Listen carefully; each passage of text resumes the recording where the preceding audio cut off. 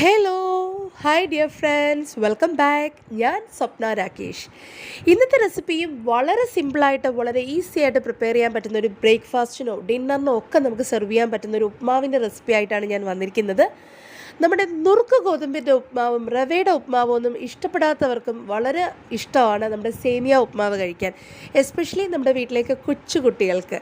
അപ്പം നമുക്ക് പോയി നോക്കാം ഒരു അടിപൊളി ഉപ്മാവ് എങ്ങനെ ഈസി ആയിട്ട് പെർഫെക്റ്റ് ആയിട്ട് കറക്റ്റ് കൺസിസ്റ്റൻസിയിൽ എങ്ങനെ ഈസി ആയിട്ട് ഉണ്ടാക്കിയെടുക്കാം എന്നുള്ളത് ഞാൻ കുറച്ച് ടിപ്സും കാര്യങ്ങളും ഒക്കെ പറയുന്നുണ്ട്. അപ്പോൾ നമുക്ക് റെസിപ്പിയിലോട്ട് പോകാം. ഉപ്മാവ് ഉണ്ടാക്കാൻ ആദ്യം തന്നെ ഞാനൊരു സോസ് പാൻ എടുത്തു, ഗ്യാസ് സ്റ്റൗവിലോട്ട് വെച്ച് കൊടുത്തു. എന്നിട്ട് ഞാൻ ഫ്ലെയിമൊക്കെ ഒന്ന് കത്തിച്ച് കൊടുക്കുകയാണ്.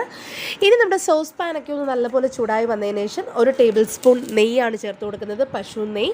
അതിനുശേഷം 1 ടീസ്പൂൺ വെളിച്ചെണ്ണയും കൂടെ ആഡ് ചെയ്ത് കൊടുക്കുന്നുണ്ട്. ഇനി കുറച്ച് കടുക് ചേർത്ത് കൊടുക്കാം. കടുകൊക്കെ നല്ലപോലെ പൊട്ടി വന്നതിന് ശേഷം നമുക്കിതിലോട്ട് ഒരു സവോളയാണ് ഞാൻ ആഡ് ചെയ്ത് കൊടുക്കുന്നത്. വളരെ കുഞ്ഞു പീസസായിട്ട് ഞുറുക്കിയെടുത്ത സവോളയും കൂടെ ആഡ് ചെയ്ത് കൊടുത്തിട്ടുണ്ട്. ഇനി ഇതിലോട്ട് ആഡ് ചെയ്ത് കൊടുക്കുന്നത് 2 ചെറിയ പച്ചമുളകും കുറച്ച് കറിവേപ്പിലയും ഒരു ചെറിയ കഷ്ണം ഇഞ്ചിയും നല്ലപോലെ ഞുറുക്കിയിട്ടാണ് ആഡ് ചെയ്ത് കൊടുത്തിരിക്കുന്നത്. പിന്നെ 2 വറ്റൽമുളകും കൂടെ പിച്ച് ചേർക്കുന്നുണ്ട്. പിന്നെ 1 ടീസ്പൂൺ ഉഴുന്നും കൂടെ ചേർത്ത് കൊടുത്തിട്ടുണ്ട്, ഉഴുന്ന് ബോൾസ്. അത് ചേർത്ത് വീഡിയോ എൻ്റെ കയ്യിൽ നിന്ന് മിസ്സായിപ്പോയി. എന്നിട്ട് നല്ലപോലെ ഒന്ന് സോട്ട് ചെയ്ത് കൊടുക്കുകയാണ്.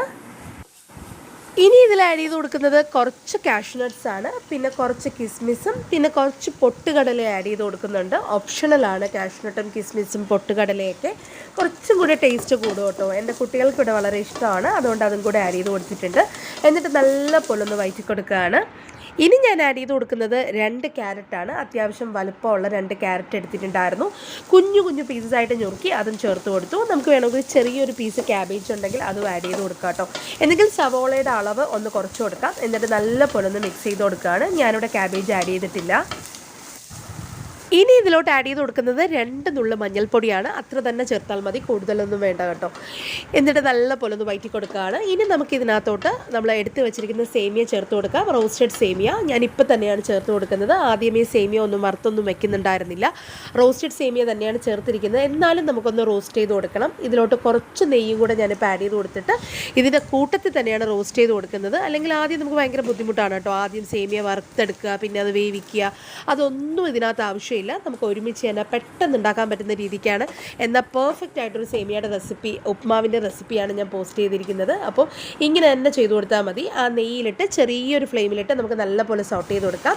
എന്നിട്ട് ഇതിനകത്തോട്ട് ചൂട് വെള്ളമാണ് ഞാൻ ചേർത്ത് കൊടുത്തിരിക്കുന്നത്. 2 കപ്പ് സേമിയ ഞാൻ ആഡ് ചെയ്തിരുന്നു, അതുകൊണ്ട് തന്നെ 2.5 കപ്പ് വെള്ളമാണ് ചേർത്തിരിക്കുന്നത്. എന്നിട്ട് നല്ലപോലെ ഒന്ന് മിക്സ് ചെയ്ത് കൊടുക്കുകയാണ്.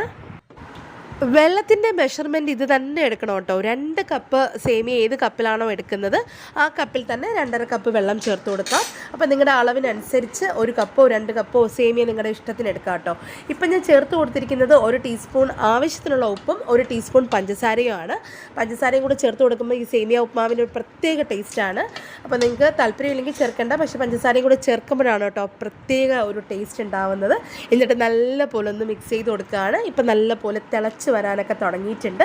ഇനി നമുക്ക് ഫ്ലെയിം ഒന്ന് നല്ല പോലെ കുറച്ച് വെച്ചിട്ട് ഒന്ന് അടച്ച് വെച്ച് ഒരു 10-12 മിനിറ്റോളം എനിക്ക് എടുത്തിട്ടുണ്ടായിരുന്നു. സ്ലോ ഫ്ലെയിമിൽ, ഏറ്റവും സ്ലോ ഫ്ലെയിമിൽ വെച്ചിട്ട് നല്ല പോലെ കുക്ക് ചെയ്തെടുത്തിട്ടുണ്ടായിരുന്നു. ഇപ്പോൾ വെള്ളമൊക്കെ നല്ല പോലെ പറ്റി സേമിയ ഉപ്മാവൊക്കെ റെഡിയായി വന്നിട്ടുണ്ട്. ഇനി ഞാൻ ഗ്യാസ് ഫ്ലെയിമൊക്കെ ഒന്ന് ഓഫ് ചെയ്തതിന് ശേഷം കുറച്ച് തിരുമിയ തേങ്ങയും കൂടെ ചേർത്ത് കൊടുക്കുകയാണ്. 2 കൈപ്പിടി തേങ്ങ ചേർത്ത് കൊടുത്തിട്ടുണ്ട്. എന്നിട്ട് നല്ല പോലെ ഒന്ന് മിക്സ് ചെയ്ത് കൊടുക്കുകയാണ്. ഫൈനലി നമുക്ക് വേണമെങ്കിൽ കുറച്ച് നെയ്യും കൂടെ സെർവ് ചെയ്യുന്ന സമയത്ത് ആഡ് ചെയ്ത് കൊടുക്കാം. അപ്പോൾ വളരെ ടേസ്റ്റി ആയിട്ടൊരു ഉപ്മാവാണ്. എല്ലാവരും ഈ റെസിപ്പി ഇതുപോലെ തന്നെ ഒന്ന് ട്രൈ ചെയ്ത് നോക്കൂ. എന്നിട്ട് നിങ്ങളുടെ ഫീഡ്ബാക്ക് ഒന്നും പറയാൻ മറക്കരുത്. റെസിപ്പി ഇഷ്ടമാണെങ്കിൽ ലൈക്ക് ചെയ്യാനും അതുപോലെ തന്നെ നിങ്ങളുടെ ഫ്രണ്ട്സിനും ഒക്കെ ഷെയർ ചെയ്ത് കൊടുക്കും കേട്ടോ.